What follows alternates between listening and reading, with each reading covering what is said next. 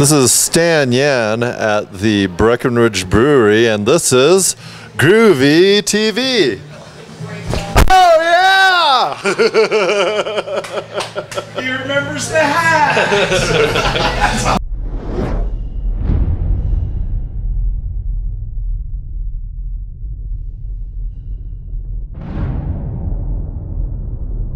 Hey, it's Groovey. I'm here with the spectacular Stan Yan at Breckenridge Brewery here in Littleton, Colorado. We're talking about Denver Comic Con and all this cool art stuff you're doing.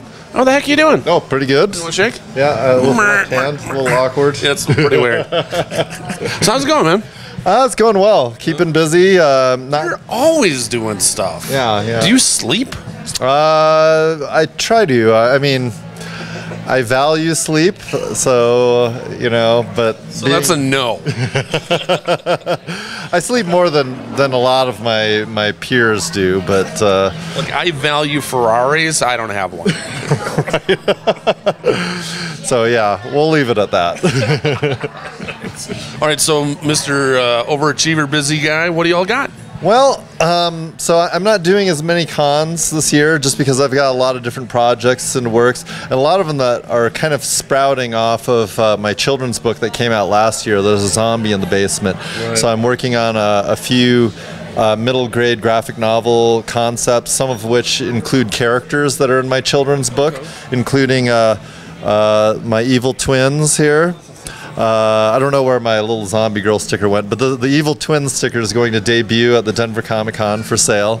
Any chance do you know the Creepy Twins? The Creepy Twins, no. I think they should be your booth babes. Oh, really? They would fit perfectly. Are they conjoined twins? No, but they're joined by their minds and they finish each other's everything, and it's that's why they're called the Creepy Twins. Yeah, these characters actually have some psychic ability, so they're not really evil twins, but they read people's minds, and so as you can see, one of them is an optimist with the blonde hair, and then the pessimist has the dark hair, and the pessimist is always calling people out on all the negative things they're thinking about them, so people don't like being around them, so they just assume that they're evil, you know. Kind of like Dino. I don't know. This may be a new thing that I'm just learning about you. But they're like kind of best friends with my the zombie girl, and then her brother is going to be introduced in the series as well. But I gotta admit, I see this book everywhere. Oh yeah. Like, I was doing something at Mutiny Cafe. There it was. I was online. Oh, there that makes me sad. That means it hasn't sold yet. I think it was the last copy. Yeah, they only had a couple of copies anyway. But there's certain retailers that it does better in than others. Like at I Want More Comics and at Mad Reads, they keep selling out, and I keep having to restock them. That's so excellent. It does well. And some of the bookstores around town, like Second Star to the Right, who I did my book release party at, they've been restocking it as well. So excellent. It's been exciting for me. So and just breaking news, I submitted the files for the second printing of the book, so there'll be a second edition. So. Right on, congratulations.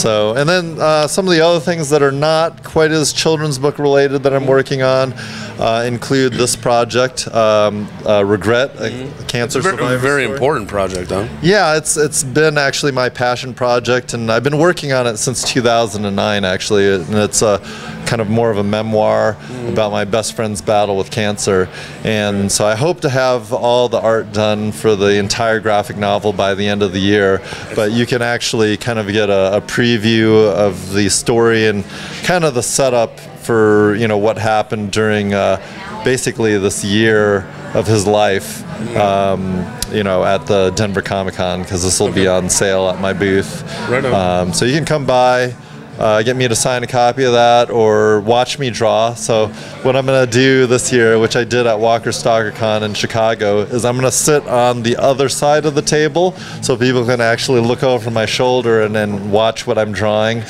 How long have we known each other, and you just figured this out? Well, I think I tried getting too clever with the technology last year, where I had the webcam and then I had like a video monitor, and but then when I went out to Walker Stalker Chicago, they like raised the price of electricity by like $140. I'm like, no, we'll figure something else out. I'm like, why don't I just sit on the other side of the table? And I'm like, you know what? I don't ever have to buy electricity at a con again. Because it worked really well, you know, for sure. and people kind of liked thinking that they were sneaking looks at what I was drawing without me, like, you know, looking up at them and interrogating them. Like, no, I don't want to buy anything right now. Well, I gotta say, at Walker Stalker Con, like, came over to say hi like 8 times, and all 8 times there was such a mob of people watching you draw. I was like, I'll say hi next week. But that was actually the first con that I tried. I was not sitting people in my booth. I mean, well, big cons in Denver, and that actually kind of worked out pretty well because just the word to the wise, if you see me drawing, I am busy, but you can still talk to me, okay? Don't think that you're going to get like 10 minutes of my undivided attention, but you can still say hi to me. That's all you get. Hi.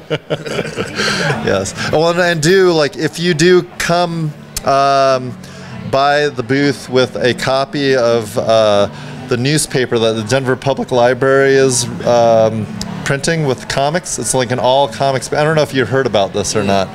So they are, I think their release date is right around the Denver Comic Con. And so they're going to be distributing this comics newspaper at all branches of their library. And I'm guessing they have some sort of a presence at the convention, so that you may be able to get a copy there. But bring your copy to me and I'll sign it, because I have a comic strip in there and it features these characters.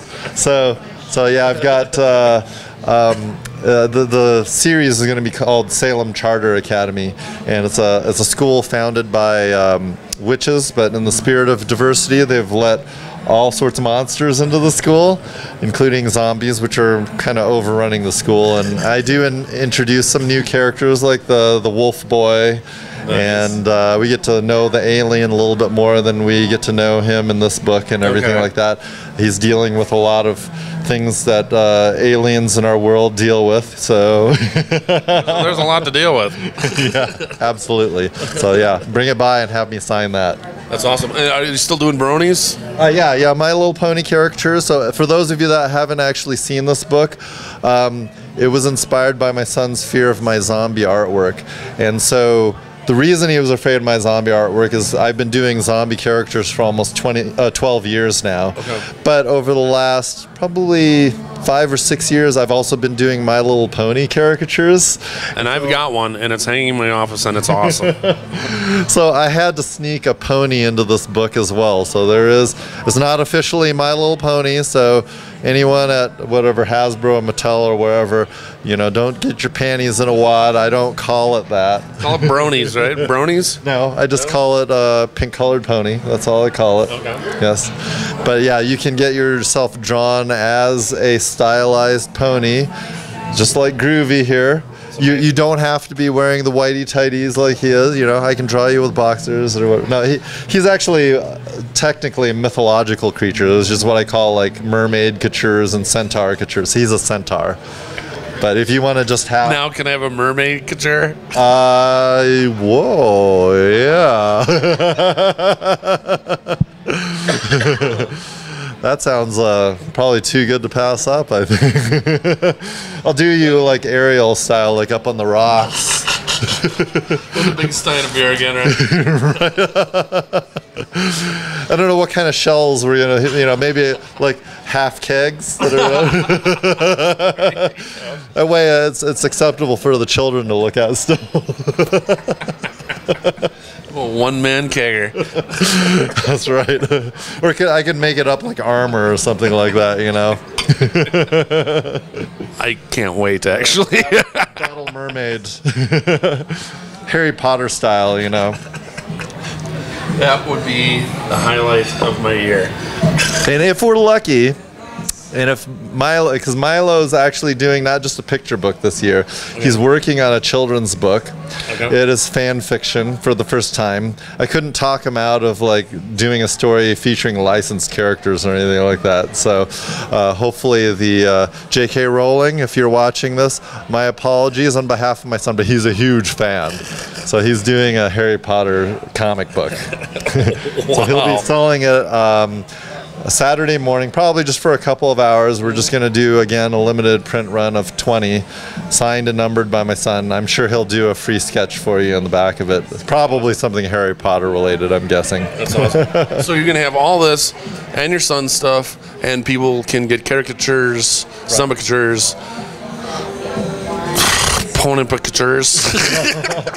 Well, no, I'll have a little bit of, since I've got a nice size booth space, I'll have original artwork that you won't see at other cons that I go to, which I'm not doing that many, by the way, but included in that is a little bit of Walking Dead fan art here. If you see my t-shirt, I have limited edition prints. These are actually, this is one of the prints that I have displayed at the Toad Tavern right now.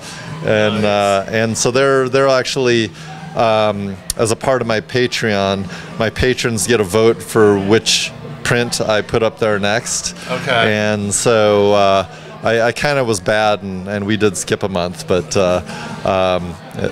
if you would like to check out my website, which is stanyan.me, and just click on the Patreon link, you can find out a little bit more about how you can actually guide my career going forward here. And I encourage you to as well. You're gonna get some pretty weird answers to that one. I hope so, because that's what makes it all good, right? All right, last question, man. Besides, tabling, doing your art and everything, what's your favorite part of Comic-Con? At the Denver Comic-Con, I'm so busy normally, I don't really have time to think about anything besides the tabling and the working and everything like that. But I do have a few friends that I hang out with afterwards. Stacy, of course, who's my sales assistant, and I think AJ Moore and Nikki Rapp will probably be in town again, and we normally will go out and find great places to eat afterwards. So. Denver sure has a lot of them. Thank you so much for your time, man. Yet again. You're welcome. Cheers. This is Groovy. I'm here with the spectacular Stan Yan. Spectacular caricatures. Need to make a word out of that somehow. Here we're at Breckenridge Brewery. We're talking about Denver Comic Con. Bye. Spectacular caricatures.